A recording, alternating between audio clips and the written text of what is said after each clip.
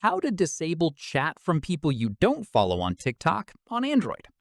This tutorial shows you how to stop receiving messages from strangers quickly and easily.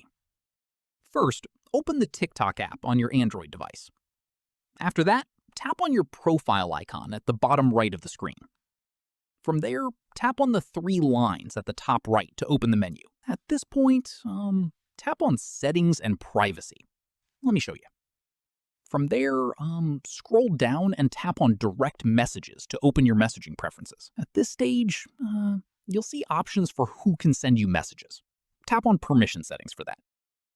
Following this, select Don't Receive for Other on TikTok if you only want people you follow and who follow you back to be able to send you messages. From here, people you don't follow will no longer be able to send you direct messages on TikTok. And that's it. If this guide helped you disable chat from people you don't follow on TikTok, give it a like, subscribe for more Android tutorials, and tap the bell icon for updates. See you in the next one.